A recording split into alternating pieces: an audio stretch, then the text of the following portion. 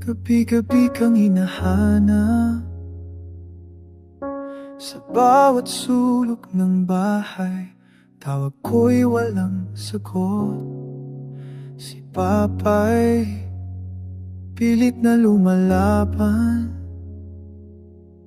pero ramdam kong pagod na pagod ang kanyang loob. Naiwan kaming nagtataka kung saan ka pa napunta. Bakit biglang nawala? Bakit di man lang napaalam? Ina, bakit mo kami iniwan?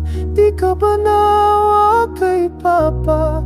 Na isa lang siyang mag-aalaga sa amin.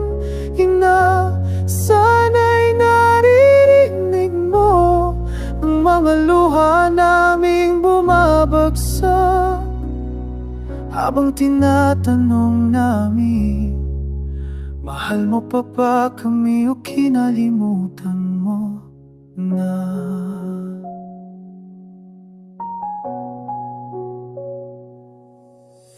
Minsan naingit ako sa iba, buong pamilya nilang kumakain sa mesa. Kami naglilinis ng upubang bakante na para bang nag-aantay na muli kang umuwi sa amin. Kung pagod ka man, pwede ka namang magpahinga. Kung nasaktan ka man, pwede ka namang magsabi sa amin na hindi naman namin hinihingi ang sobra. Gusto lang naming maramdaman na mahal mo pa kami kahit malayo ka.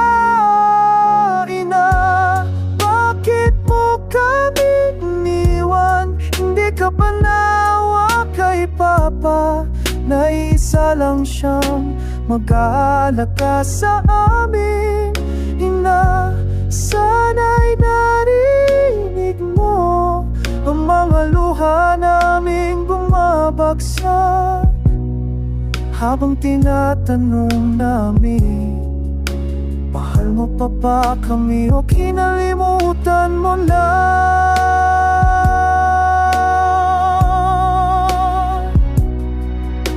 Ina, babalik ka pa ba? Ina, mamahalin mo pa ba kami? Dito lang kami naghihintay, kahit masakit, kahit hindi sigurado, umaasa pa rin. Napabalik niya ako mo.